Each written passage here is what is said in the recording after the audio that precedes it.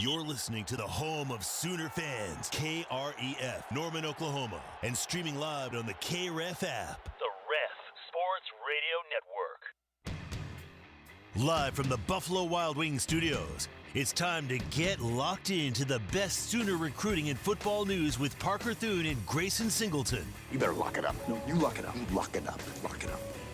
Hit the guys up on the Riverwind Casino call-in line at 405-329-9000 or text the show at 405-651-3439. Do it! Just do it! Now, with Locked In, here's Parker Thune and Grayson Singleton.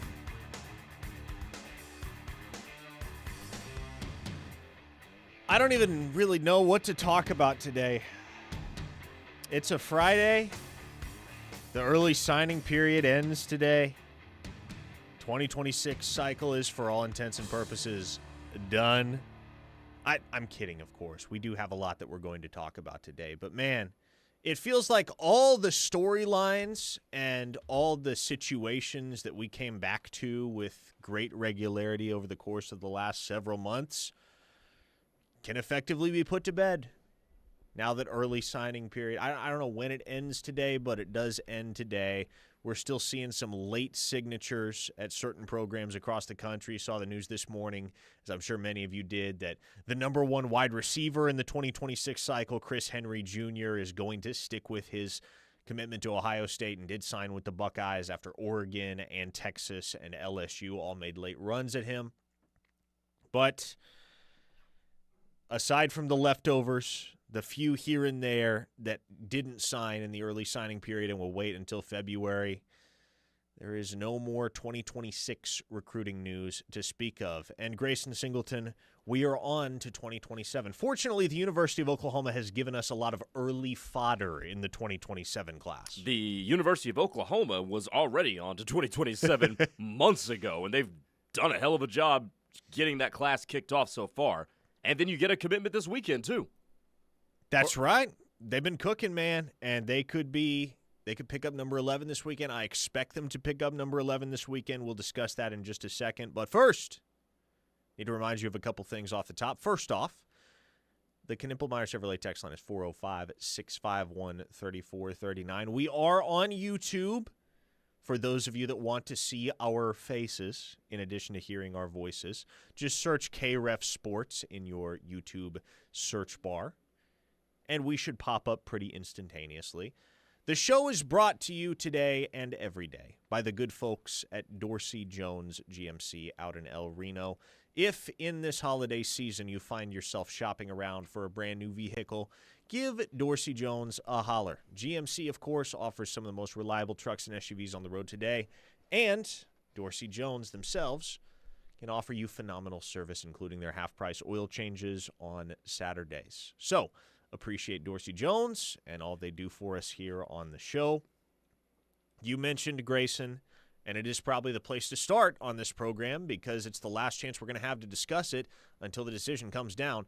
The Sooners are in very good shape to land four-star defensive tackle Elijah Harmon out of Inglewood, California this weekend. That has been primarily an OU-USC battle for some time. Oregon also in it, Nebraska also in it, but it's been USC-OU for quite a while, and the program that does look poised to pick up Harmon's pledge this weekend when his decision goes public is the Sooners. And what a statement this would be in a series of statements that Oklahoma has made out west throughout the cycle. I mean, is it a statement anymore, or is this just becoming regularity? I mean, that's the question you've got to ask. And, you know, credit, we mentioned Stacey Ford on this show all the time and his West Coast connections and the work that he's done for the Sooners out there.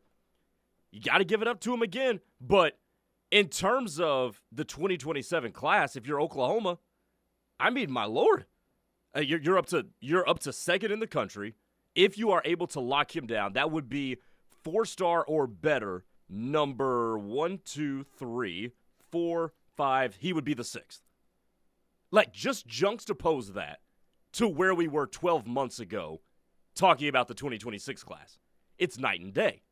So you've got what Oklahoma really has going for it, Parker, is that You've got coaches that build great relationships, you've got a great structure, and you've got a great foundation, and you've got a selling point to parents with the soul mission. And now you've paired it with winning.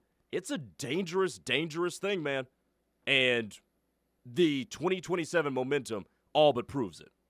Tyler from Kellyville on the text line wants to know, can we get a Cooper Witten update? Yeah, that's another big target for Oklahoma in the 2027 class. Of course, Cooper, the number 1 linebacker in the country. Jason's son, so NFL legacy. OU was Cooper's first offer back in June of 2024. The Sooners are in it big time. There are several other programs that are in it as well, and I don't get the sense that that one is close to wrapping up. So understand that the Sooners are in good shape there. They will continue to be in good shape. The overwhelming likelihood is that they will get a shot at Cooper Witten during OV season.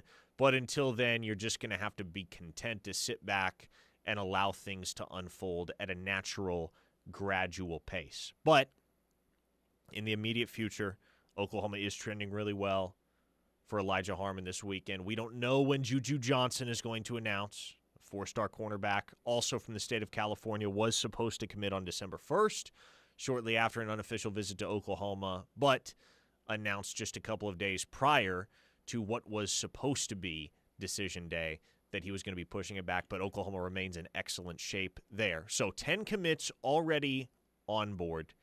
The very real possibility that they add a couple more here in the not-too-distant future in Elijah Harmon and Juju Johnson.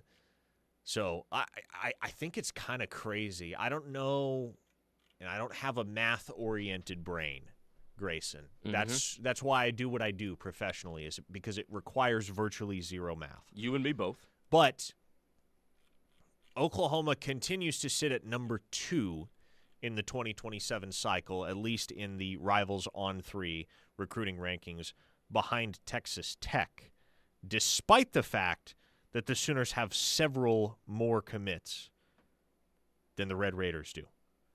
So right now, when we compare these two classes at the top, I believe Oklahoma has the most 2027 commits in the nation. They have 10 already on board. Texas Tech sits at number 1, despite the fact that they only have 5 commits. 5 total commits. Yeah, how is this working? I wish I could tell you. Right now, Texas Tech has 1 5-star. Yeah. And they have 3 4-stars. Oklahoma has 1 5-star, and they have 4 4-stars. They also have more 3-stars, yes, too. they do. Oklahoma has 4 3-stars. Yeah, how is this working? In comparison to Texas Tech's 1. So I'm not really sure what the mathematical formula that goes into grading these classes is, I should say. But right now, Oklahoma has the most 2027 commits in the nation, and they somehow still sit behind Texas Tech at number 2 in the 2027 cycle. You look at the other schools around Oklahoma, obviously Tech at number 1 with 5 commits. Ohio State is number 3 with 7 commits. Texas A&M is number 4 with 7 commits. And Nebraska is number 5 with 6 commits. I do not see another school with more than 8 commits in the 27 cycle. Syracuse has 8, and Sacramento State has 8, a number that will no doubt decrease with the news that their head coach, Brennan Marion, is leaving to be the offensive coordinator at Colorado. So Oklahoma's got a head start on everybody here in 2027. Yeah, they do, and they've done excellent work. And it's interesting that Oklahoma is the one, and I'm not saying this as a negative. I'm saying this as a conversation mover here. It's interesting that Oklahoma is the one that has caught all the momentum early, and because they're one of 12 teams that are going to be in the playoff. So do you find it interesting that the other playoff teams, like a Texas Tech maybe, haven't seen the same momentum as Oklahoma has early?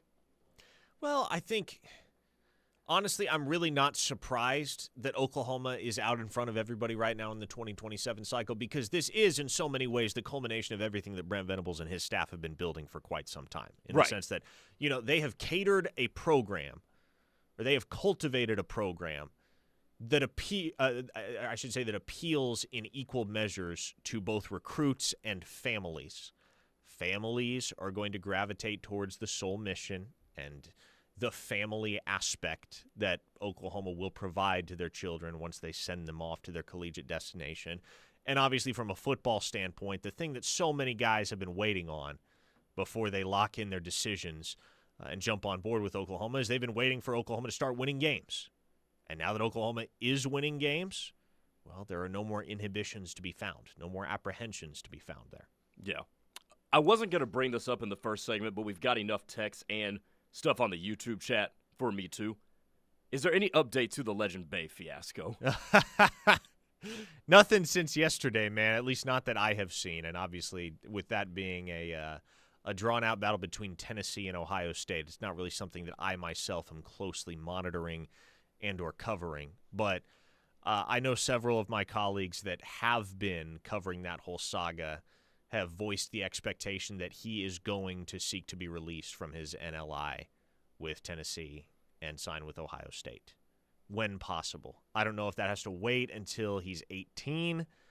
I don't know what the whole process is as far as vetting that with NCAA compliance and just making sure you have all your ducks in a row to be able to bail on the Tennessee NLI and sign one with Ohio State. But that is evidently what's going to happen here. Bob from Cement, what's up? He says, who else has 4 D1 position offers other than Broken Bow's quarterback/defensive back Graydon Howell? OU has bent him over like a red-headed stepchild. Yeah, look, I mean, we've talked about Graydon Howell on this show. Mm-hmm. I like Graydon Howell.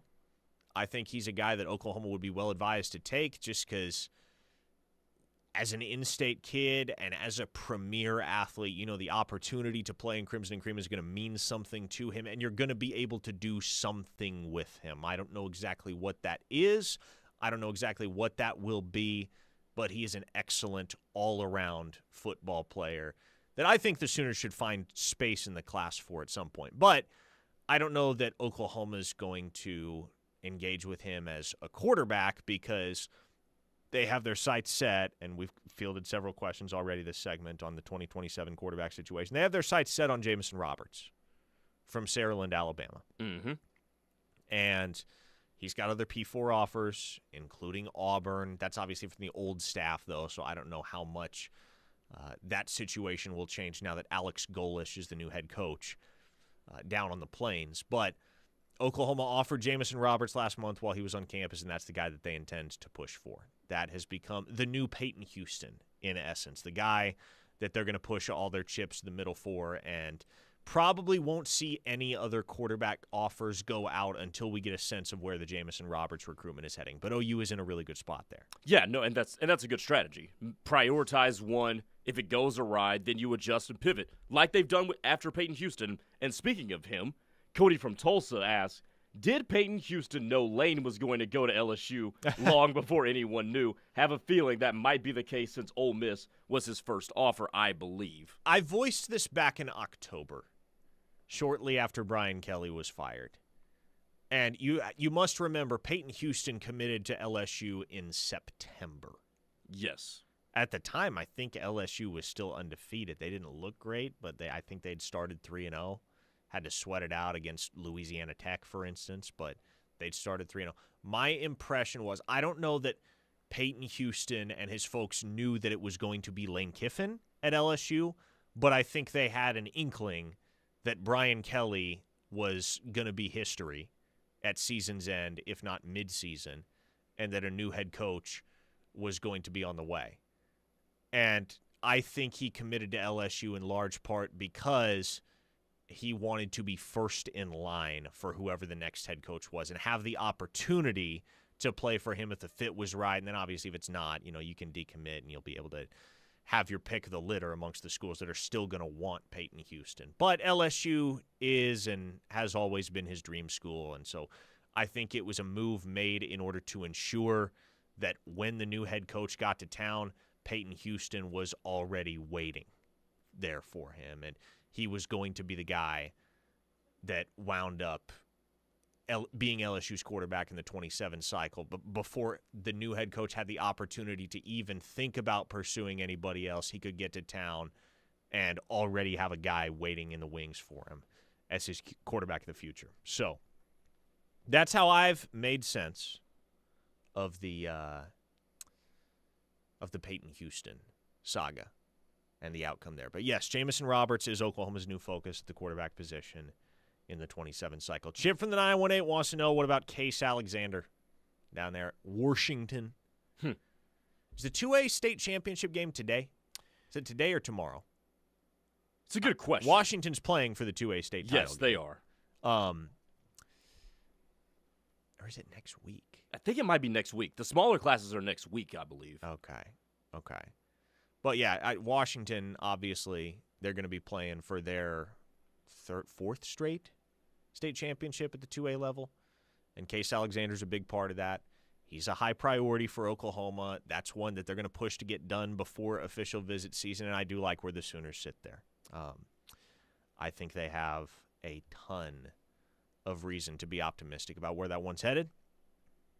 U.S. Army Sooner asks, if Cam Coleman from Auburn enters the portal, will the Sooners pursue? Well, you would be foolish not to. Yes, Oklahoma would pursue. How long, how far would they pursue him? Kind of depends on what the going rate is for his services, because we know how Jim Nagy and his front office staff roll. If things get a little rich for their taste, they will just go find somebody else. And there will be other guys on the market. Let me ask you this, What you and got? I don't know how much you can disclose with this, so just answer it as much as you feel comfortable. Have you gotten a sense that there are certain positions that this front office will not spend big money on? I don't think they're inclined to spend big at running back, at least in the portal. Okay. Obviously, it took a decent chunk of change to get the Jonathan Hatton deal done. That kind of goes without saying. But I think the whole Jaden Ott fiasco kind of plays into that. Sure. Right? Because it's harder to justify when you're going to the money people and asking for their help and putting a package together for a big-time running back. What's the kickback you're going to get, naturally? Well, the last one you went and got. Talk about money for nothing. Yeah. That's what that was. So, yeah, I think Oklahoma will probably lay low for at least a cycle or two in the portal as far as going and adding another running back. Now, that doesn't necessarily mean they're going to take nobodies or not, like, because if a guy like Caleb Hawkins gets in the portal, for instance, or a guy like Caden Durham gets in the portal, Oklahoma's going to make the call, because why wouldn't you? But are they going to be willing to fight the battle to such an extent financially that they would be otherwise if the Jaden Ott situation had never unfolded the way it did? Probably not. All right, folks. Coming up on the other side, it was very quiet earlier in the week amidst all the craziness of signing day, but Oklahoma picked up another 2027 pledge, their 10th, a running back from the state of Texas that we have only barely talked about on this show. But I want to dive into him, what makes his game special, what the Oklahoma staff sees in him, and so we will make him the focus of our Friday film study. Coming up next, here on The Ref, the home of Sooner fans, you're listening to Locked In. Locked In is brought to you every day by Dorsey Jones GMC in El Reno. Dorsey Jones GMC is family-owned and operated with a knowledgeable, low-pressure sales staff here to help you through the buying process and half-price oil changes on Saturdays. Visit dorsey-jonesgmc.com for more information. All right, folks, you know the holiday season is rapidly approaching, and the last thing you want is to have issues with your vehicle when you're traveling to go see your friends and family. Bring your vehicle to AMCO and let them perform their free vehicle courtesy check. Their trusted technicians will check your vehicle's systems and help you get back on the road so you can feel safe. Financing available at all locations. AMCO, Norman, Midwest City, Oklahoma City, Edmond, Yukon, and Tulsa. This is Mark Van Hoos, owner of Van Hoos Fence. Van Hoos Fence has years of experience and proven superior performance, kind of like a certain head ball coach. We know Van Hoos Fence offers the best value and service for your residential, commercial, or sports fencing needs. Whether it's a new install or repair work, let Mark and his team at Van Hoos Fence be your trusted resource. Call us today at 405-735-1167. Save yourself from Googling it up. Go to vhfence.com. They will work with you in a great way. Hi, Teddy Lehman here for Titan Title and Closing. And when I played for OU, I knew I could trust my teammates. When you're making the biggest decision of your life, like selling or buying your home, you want a team you can trust. That's why you can call my teammate, Devry. Thanks, Teddy. As one of the partners here in Norman at Titan Title and Closing, I know a thing or two about Norman. I've raised my children here, and I've been in the real estate industry for over 25 years. We work with over 25 entities that are involved in each transaction, and our team plays on both sides of the transaction to achieve a win for our realtors, lenders, builders, sellers, and buyers. When you sell your property, be sure to ask your agent to close with Titan Title and Closing here in Norman. You can contact us today at 405-689-8617. Again, that's 405-689-8617.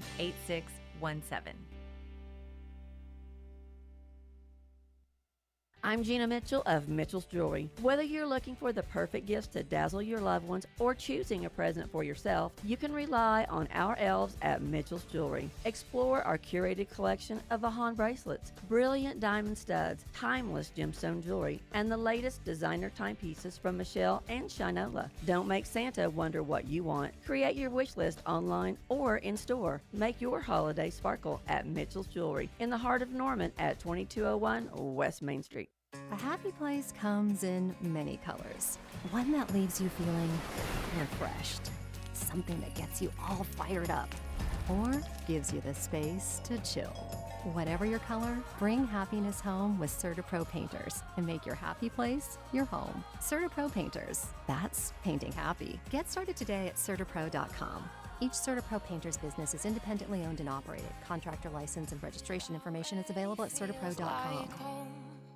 Hey, Oklahoma, Colton Thompson here at Norman Hyundai. The holidays are right around the corner, and we know you've got places to be. Grandma's house, holiday shopping, and maybe even a little road trip. So we've got great deals on the full Hyundai lineup to make your season just a little brighter. Deals like 2.9% on the all-new Palisade or even 0% on the Hyundai Santa Fe and Tucson. Plus, with America's best warranty, 10 years, 100,000 miles, you'll drive away with confidence knowing we've got your back. NormanHyundai.com. If you or your family and friends are looking for authentic German food owned by real Germans, look no further than Royal Bavaria. The goulash, soup, noodles, pretzels, pretzel sandwiches, and schnitzel, Royal Bavaria has something for everyone. If you're thirsty, they also have Bock, Dunkel, and all sorts of other beers. Royal Bavaria, 30 years of serving and treating everyone to authentic German food. Visit their website at royal-bavaria.com or call them for more information at 405-799-7666. Wunderbar.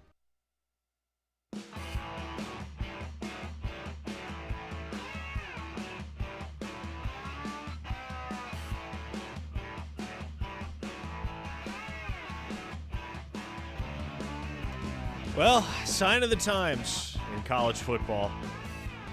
This headline just hit as we were going to air. The University of Georgia is taking Missouri defensive end and former Bulldog transfer Damon Wilson to court for $390,000 in damages after he transferred. The first graph of the story from On3. Yeah, go ahead. Georgia's athletic department is headed to court in a potentially precedent-setting legal effort to potentially recoup $390,000 in damages from former Bulldogs defensive end Damon Wilson, who is Missouri's top pass rusher this season after transferring in the offseason. And that's where we're at in this sport, folks. That is where we're at in this sport, folks. Had a minor stroke there for a second. But what were you going to say? No, I was going to say, what? So are they breaching him for, are they suing him for breach of I can't talk either. Are they suing him for breach of contract? They're suing something him like that with regard to quote-unquote liquidated damages that many schools and collectives have inserted into their NIL agreements to both protect their investment in players and deter transfers. Georgia is among the first college athletic departments to publicly try to enforce the liquidated damages clause by filing suit against the player. So here are the details.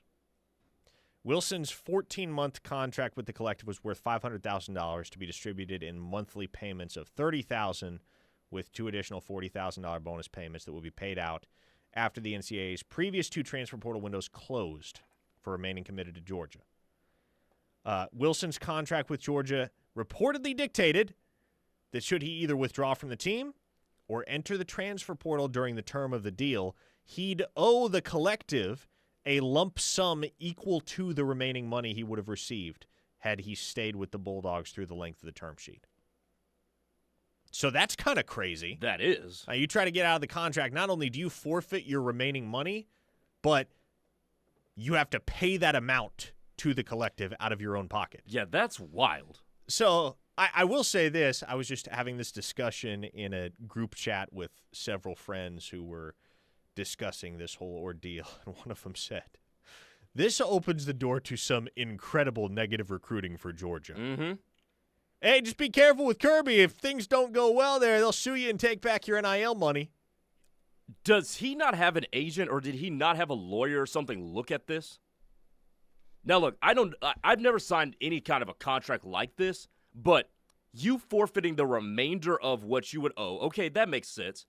But then you got to pay back everything? Like, is that – somebody on the text line, let me know. Is that a standard practice places? The text line is too busy saying, we should do this with Jaden Ott. Unfortunately, folks, Jaden Ott didn't transfer. He's still on the roster, still suiting up every Saturday. So, unfortunately, you can't sue him for being bad. You can't sue him for being a non-factor. But no, I do wonder if that was the language. How did a lawyer not read that and say, wait a minute, so if you leave, you got to pay them and not just forfeit the rest? Like, that doesn't seem like something an agent would just let go. That's an interesting one. Well, and hand in hand with that assessment, which is accurate, is the fact that a lot of quote-unquote agents, and then we have this part of the conversation, aren't actually agents or anything close to agents. Certainly not qualified to execute all that an agent would generally execute. Shifting gears back to what I originally wanted to discuss in this segment before we got sidetracked by the Damon Wilson news, which again is just kind of a sign of where we are in college football. If you want to chime in on the text line, 651-3439. Again, 405-651-3439. But Oklahoma picked up a commitment very quietly on Monday, Grayson, from an unranked running back in the 2027 cycle, winning a hotly contested battle with McNeese and UTSA for his services. Don't frame it like that now. Well, and of course, everybody in my Twitter replies when I posted the story was like, he's a PWO, right? No. This kid is committed to Oklahoma on full scholarship, and they love him. They think they found a gem before the rest of the country became aware of his skills. His name is Keldrid Ben, B-E-N, Ben, and he is from Montgomery, Texas. 5'10", north of 210 pounds. And Grayson, when I watch Keldrid Ben on tape, I think that very easy comparison to make, at least if you're working within the range of former Sooners, is he reminds me a lot of Samaje Perine. There's a lot of Samaje Perine there. Okay. What do you think? I see it, and I think what makes you see that is the good feet mixed with the developed lower half, right? With the balance and the power and the leg drive. I think that is reminiscent of Samaje in that way. What stands out to me on tape about Ben is that his vision is outstanding. There was one play on his tape. He makes a jump cut and then makes a second jump cut and goes out the back door. Okay, so you see it from your normal angle. You're like, okay, well, that looked cool. But then, very smart by whoever put this highlight together, showed the angle from behind center. And I was like, man, that actually takes some vision and some understanding of the blocking scheme and just the flow of the game. He has really good feel for the flow of the game and just for the game in general, which makes him a very, very interesting prospect. To me, this is the best way I can describe Keldrid Ben, I think. He has the body and the physical traits and the running style of Samaje Perine, but he has Kennedy Brooks's brain. What made Kennedy Brooks such a productive runner, despite the fact that he just didn't have a ton of bursts and wasn't going to run away from anybody, was he was very patient and he had excellent vision and instinct. And you see those qualities in Keldrid Ben, but the other word that you used that I think is a good one when we're trying to encapsulate everything that Keldrid Ben is as a football player is balance. He runs with balance. He's got power. He's got speed. And that's what makes Samaje special, right? That's why Samaje is still playing NFL football at age 30, which is long past the traditional shelf life of running backs in the National Football League, is that Samaje isn't just a bowling ball. He's got some explosiveness. He's got some speed. He's got some shiftiness to his game. It's why he is Oklahoma's all-time leading rusher and why he continues to make 53-man rosters at the NFL level every single fall and then meaningfully contribute for those franchises. So I really like the Keldrid Ben pickup. He was by no means a high-profile visitor over the weekend for the LSU game. There were many, many visitors in town that would have more easily seen their names in the headlines than Keldrid Ben. But this was a guy that Oklahoma identified this fall, just offered him last week, as a matter of fact. They offered him, said, hey, let's get you to campus, and if you're ready, we're ready. We want you on board. And Grayson, Oklahoma's backfield in 2027 is done. And we'll see how the move from 85 to 105 scholarships affects the 27 class, and I want to get into that a little bit more in a broader sense. But traditionally, what you're used to is Oklahoma taking 2 running backs in every single cycle. Either one, but more than likely 2. More often than not, it's 2. That's the number that you shoot for. And between Jackson Stokes and Keldrid Ben, Oklahoma's got him 2 now. Yeah. And we're not even through calendar year 25. Nope. We're done. DeMarco, check mark. Now, it's not as if DeMarco's going to stop recruiting and take a break, because we know that's not how the world works. But he's done his thing with the 2026 class and the 2027 class. So, hats off to him. Is this an early front runner for Recruiter of the Month for December? You'd have to think so. And if the weekend goes the way that we expect it to go, Todd Bates is probably going to vault to the front of that race. Yes. But yes, DeMarco's certainly going to have a case. Hey, we've got some answers on our legal situation that we talked about to begin the segment. Okay. Brian and Bixby, 4-star Brian and Bixby, that is. He says, no, the point of contract law is to make both parties whole. This is punitive and not legal. Papa Boganowski says, yes, it can be in contracts. And 3-star Glenn from Nashville says, not my area of practice, but as a lawyer, I'm not surprised that collectives might start putting this language in NIL agreements. Now, as both of you pointed out, whether or not schools will choose to actually enforce the language remains to be seen. And then Sooner Chris says, liquidated damages are very common in contracts where the damages from the breach are too difficult or impractical to determine.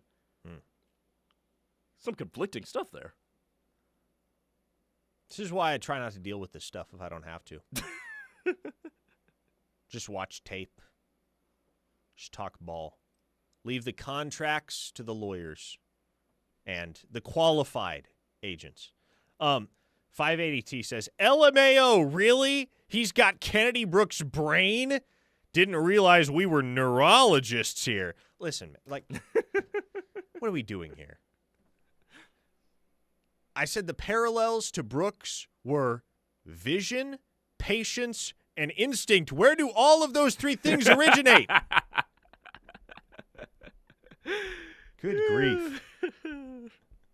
Sooner Behind Enemy Lines adds, did we ever have a better stretch of running back depth in program history like we did with Keith Ford, Alex Ross, Samaje Perine, Joe Mixon, Abdul Adams, and Rodney Anderson?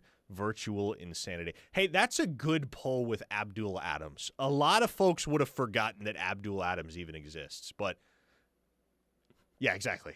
Grayson put his hand up. Me. He holds the record and will always hold at least a share of the record for longest play from scrimmage in program history because he had a 99-yard touchdown run against Baylor back in 2017. I mean, Oklahoma's been pulling out strings of running backs like Alabama's been doing wide receivers. Mm-hmm. Yeah. I like Keldrid Ben a lot, man. And there were several on the text line that were asking, okay, if he's so good, why haven't other programs found him yet? And I think the easy answer is because look at the calendar. It's December 5th, 2025. All of these programs are just wrapping up their seasons. Either that or getting ready for a bowl game, a conference championship game, a playoff push, whatever the case may be. But between the months of August and December, your primary focus is going to be, as a program at least, as a staff, your primary focus is going to be on the team that is currently taking the field for you. The current product that you have in your building, in your organization. And so, as far as the recruiting trail is concerned, you only have so much time to devote to that as is, and the time you're likely devoting is first and foremost going to be allocated to finishing out the 2026 class and filling some of the holes that you still need to fill as a program there. And then from there, looking at some of your early, continuing to build strong relationships with and get in good standing with your early top targets in the 27 cycle, the guys that jumped onto the radar early on in the process, their freshman, sophomore years of high school. Keldrid Ben is a guy that just broke out this fall at Montgomery, Texas. And so for guys like that, guys that don't really put it all together from a productivity standpoint until their junior year, those guys typically don't get identified and offered and don't become the subjects of serious recruiting from P4 schools until about January or February. And so Oklahoma was ahead of the curve in locating Keldrid Ben. I have no doubt that if Oklahoma had not stumbled upon him, he would have been a guy that come January and February picked up double-digit P4 offers in a hurry, because a dude like this whose film pops like his is not going to stay under the radar forever. It's not as if Oklahoma sees something in him that nobody else is capable of seeing. They just found him and prioritized him earlier than everybody else. Is this a strength in numbers type of thing with Oklahoma? Do they have a bigger scouting department and really a more efficiently running scouting department than most of the P4 programs too? Yeah, and they also just have a lot more manpower. Yeah, that's what I'm saying. Strength in numbers. Strength in numbers, certainly. They got guys. They got eyes all over the place, all the way down to the student assistants, man. They just have a ton of people who are chipping in and collaborating in the effort. And Jim Nagy, I should say, kind of gave us a glimpse into the overall organizational flow of what he and his front office have developed earlier this week in his signing day press conference. But with as many eyes as they have that are scouring the country, and especially the local hotbeds like the state of Texas, they're going to be able to be ahead of the curve in a lot of cases in offering and prioritizing some of these guys. Trayvon Hall is another great example, right? He committed the day before Keldrid Ben. So Oklahoma's most recent two commits in the 27 cycle are guys that they were early to the table for. In Hall, the wide receiver from Tuscaloosa, and Ben, the running back from Montgomery, Texas. Let's get one question on the YouTube chat before we go to break. Yes. What are the odds Oklahoma circles back around to get Jalen Brewster? It's a possibility. Now, Texas Tech did manage to sign LaDamian Guyton. They did. Earlier this week. Mm-hmm. So that would indicate that they are serious not only about getting these guys on board, but also keeping them on board, keeping them locked in, whether or not that entails offering a little bit more money to sweeten the arrangement. So it's a possibility. I don't want to get expectations too high. I don't want to create expectations that Jalen Brewster is going to wind up in Oklahoma's class, but Oklahoma still intends to maintain contact with Brewster and push for him. That said, once you get a guy like Elijah Harmon on board, and there are several other defensive tackles in the 27 cycle that Oklahoma has begun to press for and is in good standing with, there may come a time where you don't feel like you need to fight the battle anymore with Jalen Brewster. where you're good as it is. You have solutions in 27 at the defensive tackle position, and you don't need to unload what is going to be an enormous amount of money one way or another in order to bring that guy on board and to Norman. So, possibility, yes. Likelihood, I'd stop short of calling it that, and I'd also just encourage everyone to first and foremost focus on the guys that are still uncommitted that Oklahoma is pursuing, because there's the very real possibility that by February or by March, they have 2 or 3 defensive tackle commits that they are perfectly content with, and at that point do not feel the need to circle back around with Jalen Brewster. Okay, folks. Cherokee Sooner wanted to know, was that a Freudian slip, Parker? Jim Natty? It fits. Yeah, it does. Freudian slip indeed. Jim Natty. Could happen as soon as January. Shoot, if they win it, I wouldn't be opposed to that. Well, if they win it, I don't know how much credit Nagy's going to get for that, just due to the fact that this roster was mostly assembled before he got to town. But hey, if Oklahoma stays in the Natty conversation the next few years, that can be our moniker for old Jim Dandy. 405-651-3439 is the text line. If you want to hit us up with any final texts as we wrap up the week here on Locked In, coming up next. One segment to go till the weekend. Keep it here on the Ref, the home of Sooner fans. This is the Ref Sports Radio Network.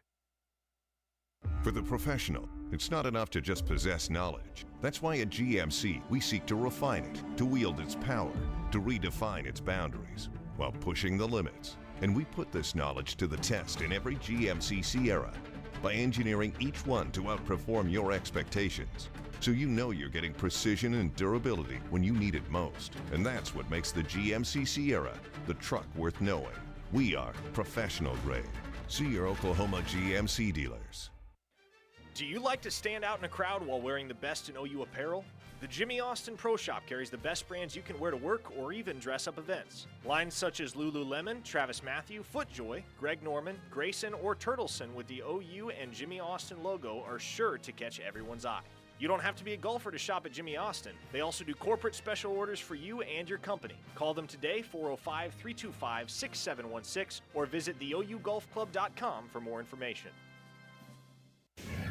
Good times are calling your way at the Showplace Theater with acts like Eli Young Band, February 6th. Matt Matthews, February 14th. I was pretending to smoke a cigarette with a Cheeto, and I would share it with my friends.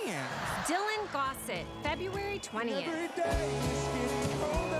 And Christopher Cross, February 28th.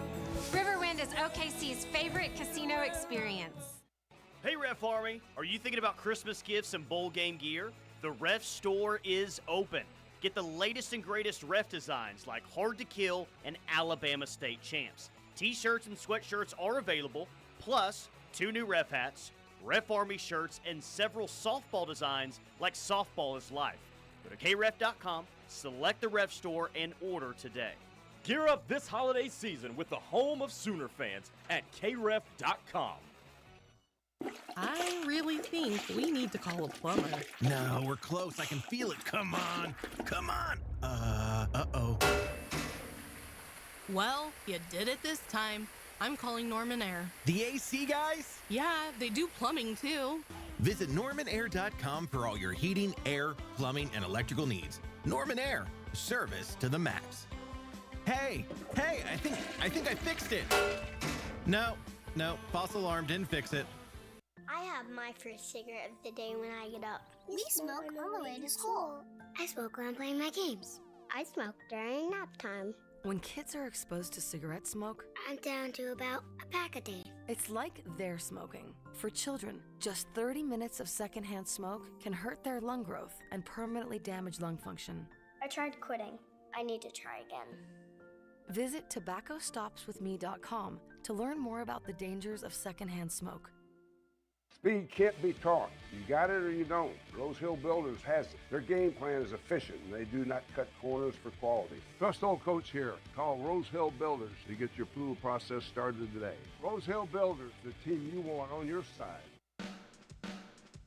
The Oaks and Mustang is coming soon to Mustang, conveniently located on County Line Road and the Turnpike in Mustang. The Oaks will have spacious 1 and 2 bedroom apartments with large walk-in closets, package lockers, and even a sparkling pool. The Oaks is pre-leasing for October 25, so don't wait. Contact the Oaks and Mustang on their website, theoaksandmustang.com, to be where everyone will want to be. The Oaks and Mustang pre-leasing in October, theoaksandmustang.com.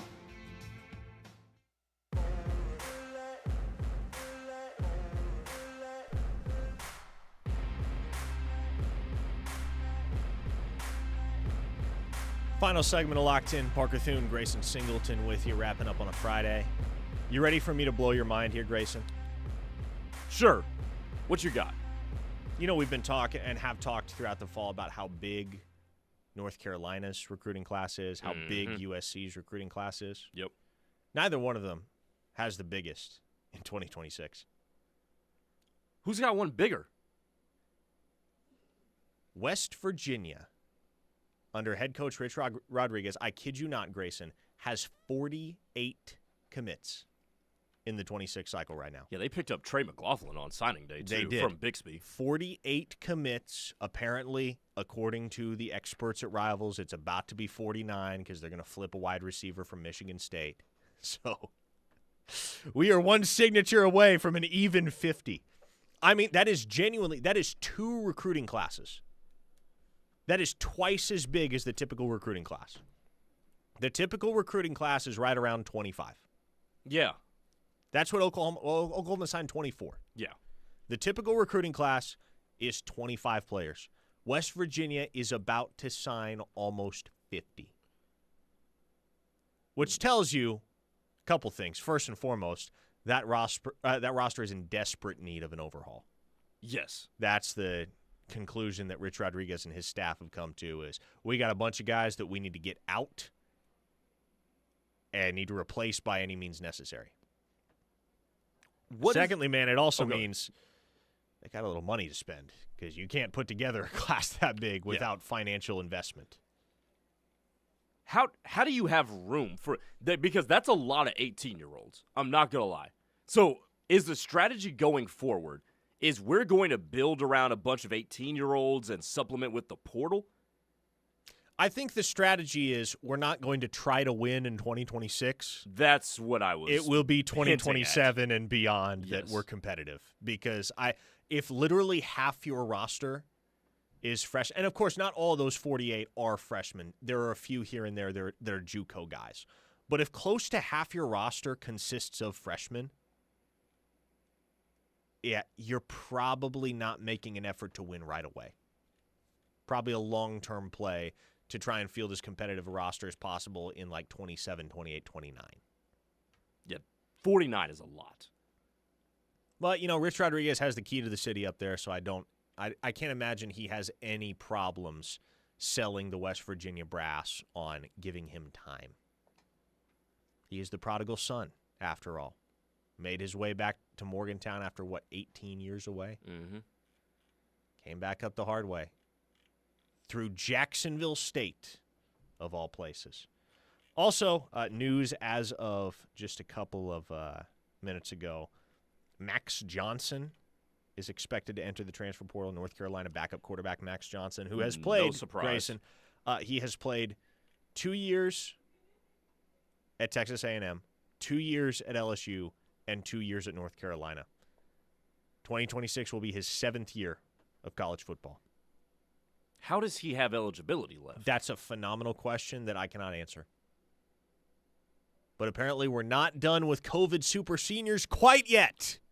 There's at least one of them that's still hanging on. Who was it? Thomas Castellanos. Did you see that news today? Yeah, apparently he's about to sue the NCAA. Yeah, he's about to sue the NCAA for another year of eligibility.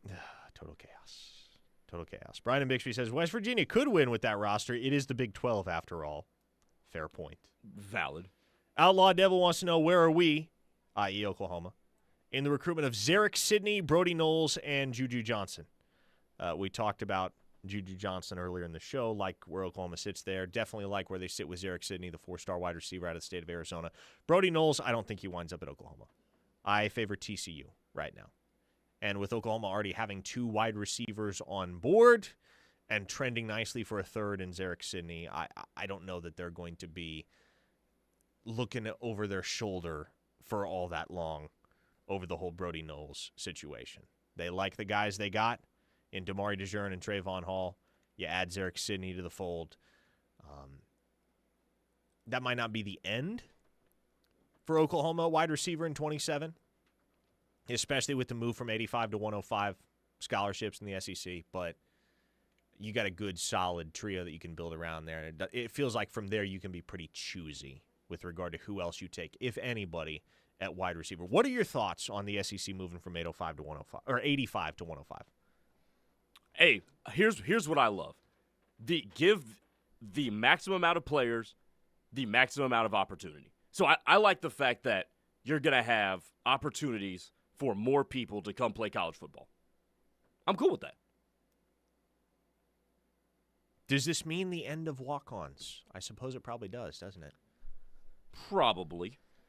It's sad. There will be no more Baker Mayfields, no more Owen Heineke's, but it does allow Jim Nagy to play with 20 extra cards in his hand. Right. Which can be dangerous if you give him in that front office 20 extra opportunities to locate guys that could be serious players at the University of Oklahoma. And I think, some of those guys that you would expend an extra scholarship on could have been a walk-on. Mm-hmm. So, I mean, you're basically just losing the label is what you're doing. And, honestly, for instance, think of a guy like Christian Moore.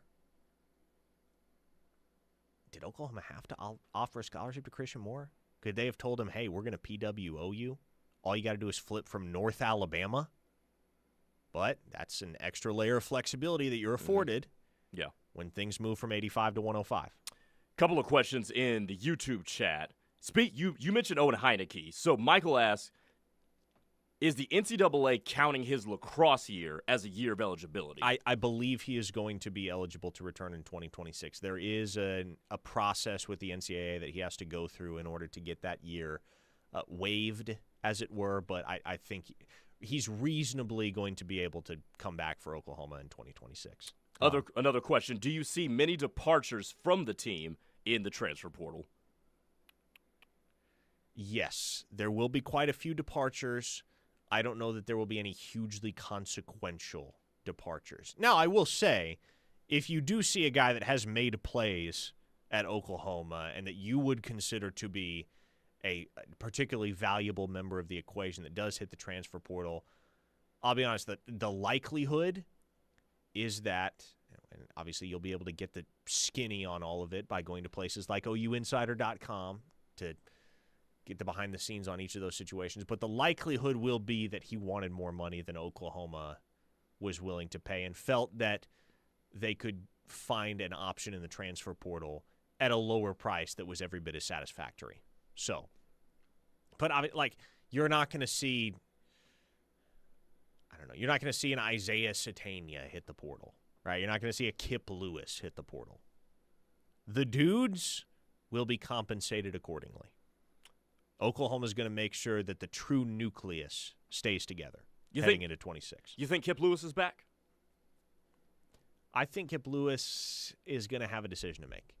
Him and Satania, I think, are the two guys that are going to have legit decisions to make with regard to their NFL futures because, man, they're gonna have enough draft stock to be able to make the jump. It's more so just going to be a question of, do you feel like you have unfinished business at Oklahoma? And honestly, maybe that comes down to something as simple as what happens for Oklahoma here in the college football playoff. Yeah. Taylor Wine is another guy, man, that he's got some serious NFL draft stock right now. I have been told nothing that remotely indicates he's even considering jumping to the league. But if he did, he would be in that top 100 conversation from what I have heard. The NIL era is going to play potentially in Oklahoma's favor here with some of these guys that, hey, choose to come back, make a couple $1 million. Yeah, it's probably a better situation than being on a practice squad somewhere where you make, $50,000 a month? I think it's a little bit more than that. Obviously, it didn't chump change, but not nearly what you can make if you come back here to Oklahoma, ball out for one more year, and then you're a draft pick, and you get a signing bonus. Fun times. Sooner Behind Enemy Lines wants to know, didn't Tech tamper and offer our Shining Prince Wine Time millions to transfer there next year? Has anyone said that? No, I don't believe that's happened. Nor do I believe Taylor Wine would actually leave. That man is as loyal as it gets to Miguel Chavis and Oklahoma. And he will be one of the studs for this program next year. He already is one of the studs for this program, but he's going to be one of the biggest ticket items on this Oklahoma football team in 2026, no question about it. All right, folks, that is all for our Friday show. We will see you on the other side of the weekend, and at that time, we will know exactly where Oklahoma falls in the CFP field. We look forward to it. We'll see you again, same time, same place on Monday. For Grayson Singleton, I am Parker Thune. The Rush is next with